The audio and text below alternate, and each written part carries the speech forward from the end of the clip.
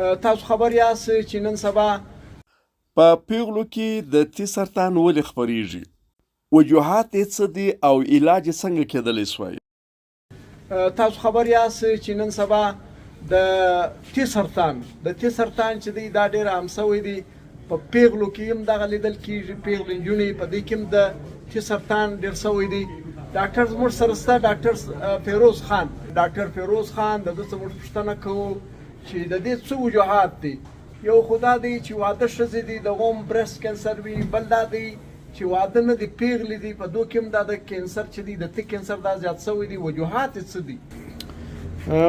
ډاکټر فیروز خان، که تاسو د دې باره کې وایاست چې اوس نن سبا دا ریپورټ راغلی دی چې په پیغلو کې د تی سرطان ډېر شوی دی، وجوهات یې څه دي؟ دا میاشت ګرده د خاص کر چاته د برست کینسر د اګایي په حواله باندې جوړیږي. د دې مطلب هم دا یاد دی لکه د خلک څو د دې سره جمع شوي دي چې په خلکو کې د دې په حواله باندې ډېر معلومات راسي او چاته کم کینسر دی د په هر اتمه بعد یوه ښځه په دې کې سیده مبتلا وي او تقریبا په پاکستان کې دا وخت هر کال 9000 ښځې د دې بیمارۍ ښکار کیږي او دغه څه دي 40-45 ښځې مري. او دا بیماری وجه هم دا ده چې د کشنیانو کوم واده والا ښځې دي هغه کشنیان ته شیدې نه ورکوي، دغه نه علاوه ودونه ناوخته کېږي. یو خو دا دی چې کومو ښځو واده کړی او بچیان یې پیدا سي هغه شیدې نه ورکوي او کشنیان نه پیدا کول ډېر دغه یو چې کوچنی نه پیدا کوي هغه هم برست کینسر کېږي، د تی سرطان او کشنیان دوايانې بندول کوم دوايانې استعمالېږي هغه د وجه سرطان. اوس دا کوچنی چې مطلب دا نه دی هغه څه ورته وایي دغه فیملي پلانینګ والا چې مطلب و دوا ورکه ګولۍ ورکه چې بچی نه پیدا د دې څه اوس هم برست کینسر دی. او بل دا دی چې مسلسل متواتر چې 2.5 کاله 3 کاله ماشوم ته شیدې نه ورکوي، دا یې موجه ده. دا یې موجه ده. د دې باندې شیدې ورکول ضروري دي. د دې سره د الله تعالی په دې ډېر حکمت دی. یو خدا دی چې د دې د وجې چې دا کم د مور شیدې د کښنه لپاره شي هم دي او بل د مور د صحت لپاره شي دغه څه کینسر نه بچاوي امکانات 100% دي. صحیح.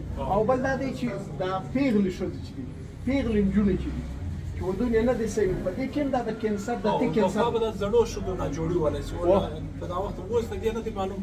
اوس په موږ په کتلې دي چې په داتلو د ولس کالم جن کرا روان دي په دې کې واده نه ودونه نه وخت کېږي، ودونه نه کېږي د دې نه راواسي دي ما درته ول دانې پیدا سي ډاکټر ته نشکاره کوي په کور کې پټوي. والله خبر دا دی ته وایې چې کمې پیغلې ودونه نه کوي کورو ناس دي دا واده چې زندېږي د دې څه د سرطان دی. مطلب دا دی چې کومې پیغلې چې په کورو ناس دي د 500 کلو د 150 کلو ودونه نه کوي یا رښتیا نه کېږي په دې کې هم د تی کینسر ډېرېږي یا د تی کینسر امکان شته.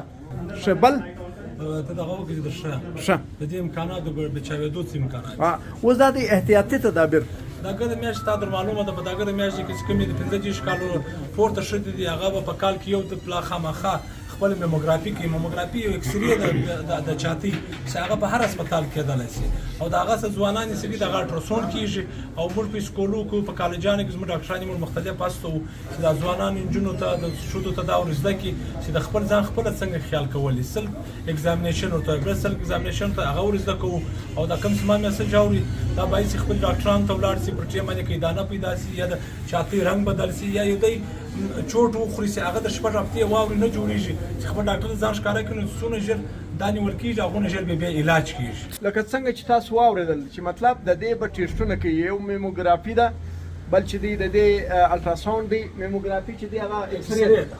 دا ډېر ضروري دی په کال کې یو وار. او بل دا دی چې د دې به الټراساونډ هم کېږي. بل دا دی چې تاسو متواتر د خپل چې جسم دی یا تیان دی په دې کې که تاسو تبدیلي ووینئ د 7 هفتو څخه زیات درد وي، زخم وي، یو دانه وي، دا به تاسو فوري ځئ د دې به تشخیص کوي او بیا به علاج کوي.